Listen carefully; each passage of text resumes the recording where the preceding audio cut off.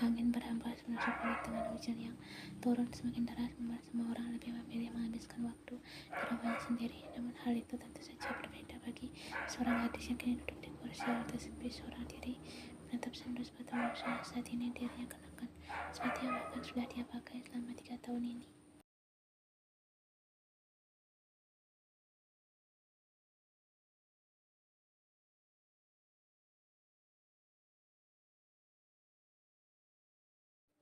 Kedua tangan mengalir itu memeluk tubuhnya sendiri tanpa sadar.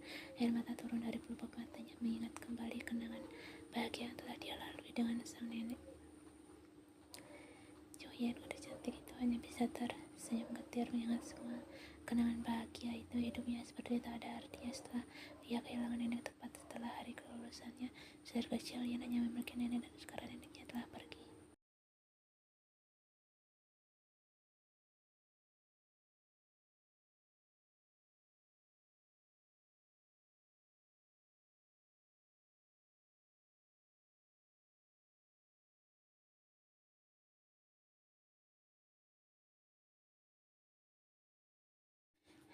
Ia menatap lekat sepatunya. Dia masih mengingat dengan jelas kejadian di mana dirinya dipecat di restoran tempat dia bekerja karena salah satu rekan kerjanya menuduhnya mencuri. Padahal ia tidak mengambil apapun hanya saja karena dia adalah karyawan baru.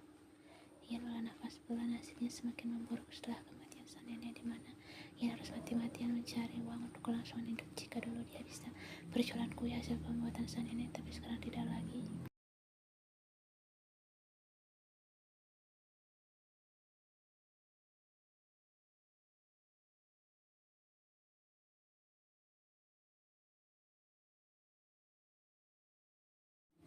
Di sebuah bangunan tinggi terdapat seorang pria yang sedang bergumul dengan seorang wanita di ruang kerjanya.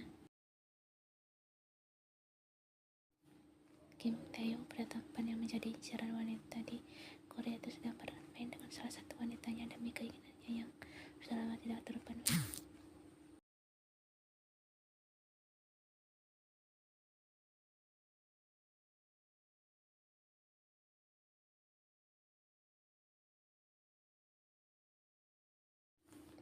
Sekarang pergilah, ujarnya pelan dan kembali duduk di atas kursi kebesarannya. Pekerjaannya sangat banyak dan dia tidak bisa menunda lagi untuk itu. Lebih, Tae-hyuk bukan pria yang suka membuang waktu hanya untuk urusan tak penting, kecuali jika ia memang sedang membutuhkan pelepasan.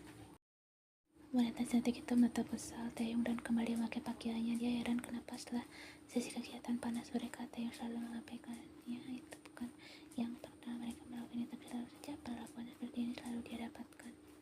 Padahal dia yakin 100% jika keahliannya bukan suatu hal yang patut diragukan. Tidak mungkin jika Tae-hyuk tidak puas dengan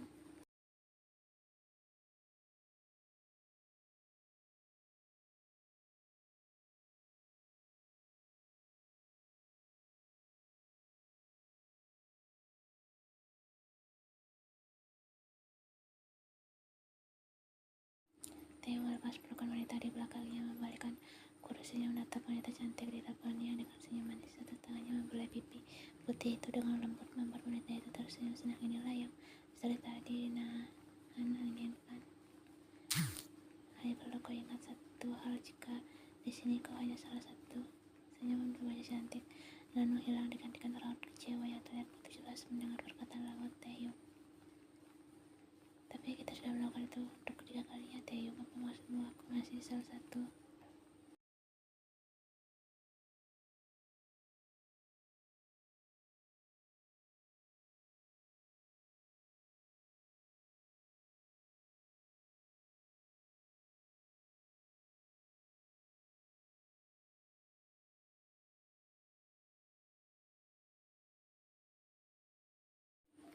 Tae-hyuk melepas bulayan tangannya di pimpinan lalu tersenyum kecil. Tapi kenapa itu tak akan merubah statusnya masih menjadi, kecuali jika mungkin suatu saat aku bosan padamu. Sampai duduk di atas pangkuannya.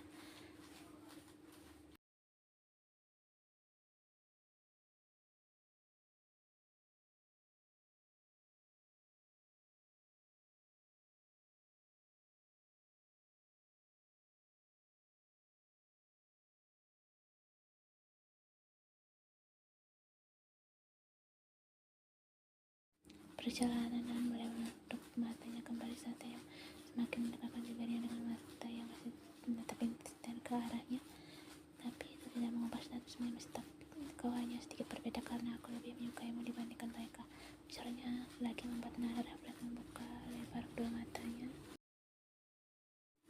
Dia menatap tak percaya, Taeyong yakin itu senyum manis.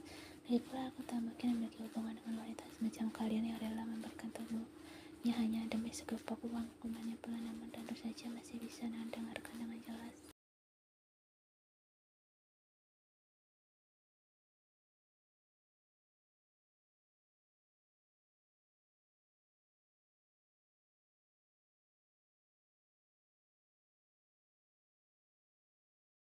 Pria itu selalu memperlakukan wanita dengan begitu manis, harus dapat dirinya tidak segan membuang wanita itu layaknya sampah, dan hal itu kini sedang berlaku pada Naan Taeyong. Tapi sepertinya cukup hari ini saja berakhir. Kali aku menggunakanmu, potong Taeyong lalu membuat Naan mengkerutkan dahinya. Aku bosan padamu dan sepertinya aku mendapatkan banyak job ya.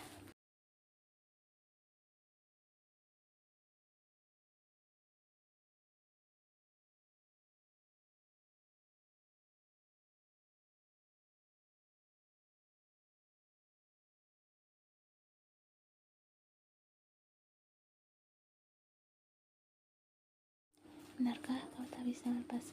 Karena begitu saja, bukannya kau sendiri yang mengatakan kau menyukaiku. Aku juga menyukaimu, Taeyong, sangat menyukaimu. Nan mengapit tangan Taeyong kembali duduk di atas pangkuan. Pria itu mengalungkan tangannya pada leher pria tampan itu. Aku harus diam jadi asal kau tak meninggalkanku, ujarnya pelan, yang setelah itu langsung meremat kembali bibir Taeyong yang selalu menjadi candu. Taeyong memutar bola matanya malas saat begitu liar oleh Nan. Entah mengapa setelah percintaan mereka tadi, dia benar-benar telah kehilangan minat pada wanita ini.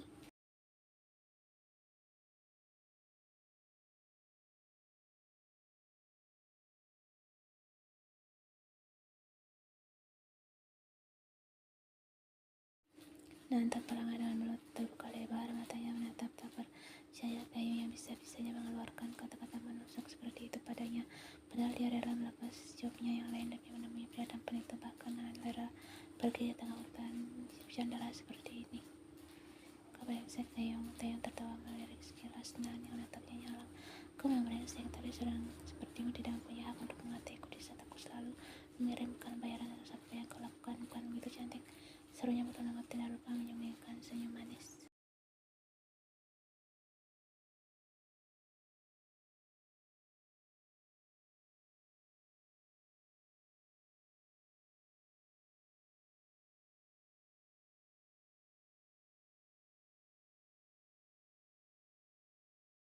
Taeyong mari kesini seperti Nan. Senyum manis di wajahnya seketika luntur digantikan dengan wajah datar seperti biasa. Taeyong pria tampan memiliki perusahaan terbesar di Korea Selatan itu dikenal sebagai Casanova yang suka bergonta-ganti wanita. Semua orang tahu tentang kebiasaan buruk yang satu ini, dan semua orang juga tahu tabiat brengseknya.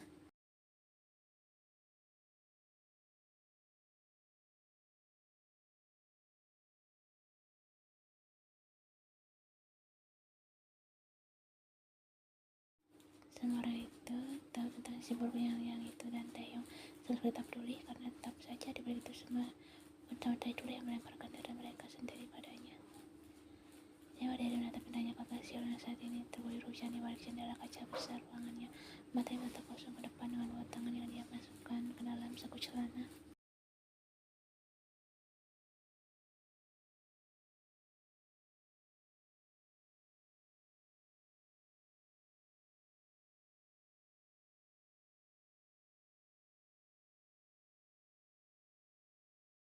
Dasar anak ini, cepat masuk dan berganti pakaianmu. Kau bisa terkena flu jika seperti itu terus, pikirnya berkacak pinggang.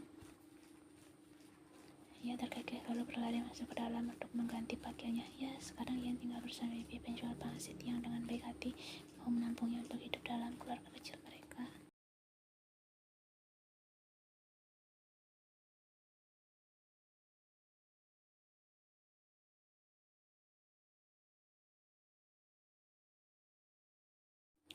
Cepat ganti pakaianmu lalu turun untuk makan.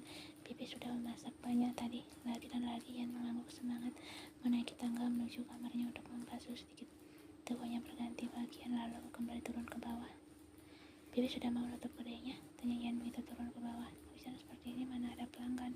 Jadi lebih baik Bibi tutup saja.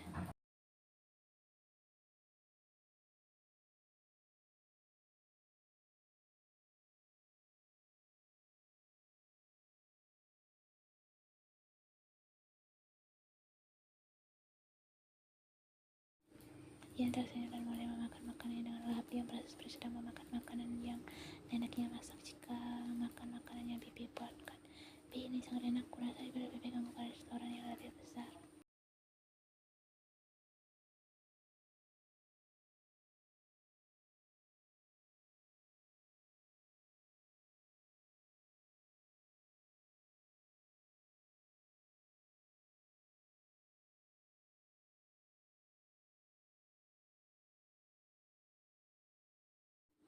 Bibi maafkan aku, lihat Ian pelan, aku tak bisa memberikan uang. Wanita parubaya itu tersentak melihat Ian yang kini menangis. Langsung saja dia menarik dua mungil ke dalam pelukannya. Astaga sayang, jangan menangis. Bibi tidak memerlukan uangmu sayang, jadi jangan menangis. Ian terisak memeluk dua wanita parubaya itu. Aku dipecat nih, mereka menuduhku mencuri uang padahal aku tidak melakukannya.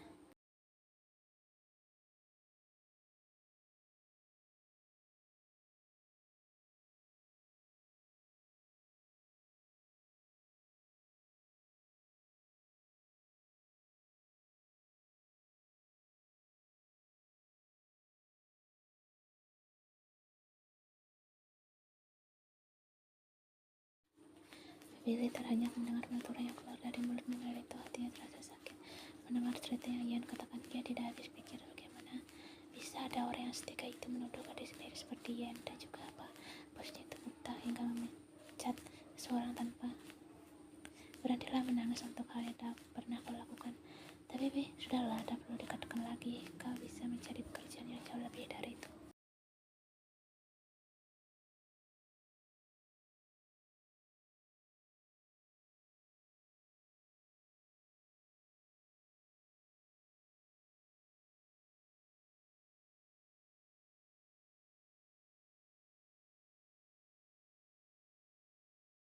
Ian, kau kenapa? Tanya Oma. Ada apa dengan Ian?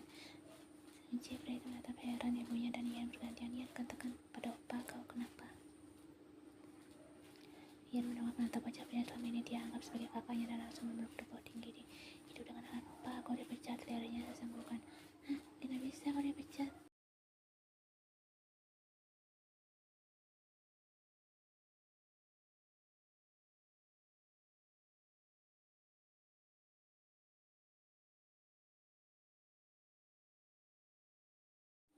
Mendengar itu, Sung Ji terdiam dalam hati. Dia telah mengutuk semua pekerja dan bos restoran tempat Ian bekerja. Sung Ji mengelus pundak Ian yang bergetar menepuknya dengan pelan. Sudah, jangan menangis lagi. Besok Papa carikan pekerjaan baru yang jauh lebih baik dibandingkan di restoran sialan itu. Benar kau, Pak? Tentu saja benar. Mana mungkin Opa berbohong padamu. Atau kau mau bekerja di kantor tempat Opa bekerja? Ian menolak mata pria tinggi di depannya dengan tatapan berbinar. Memangnya boleh, Opa? Sung Ji mengangguk. Tentu saja boleh, Opa akan mengatakan itu pada atasan Opa. Lagi pula ada lowongan kosong.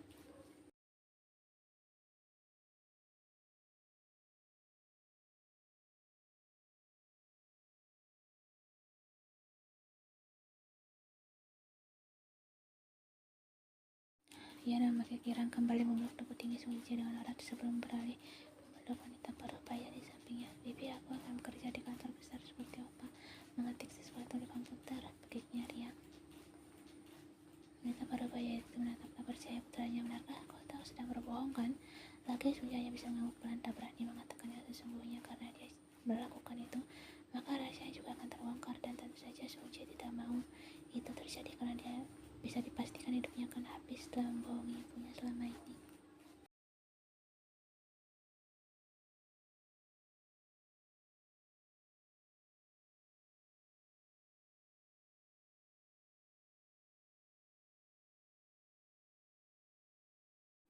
Opa, aku menyayangimu. Kau memang yang terbaik. Bagi Ian yang kembali mengambil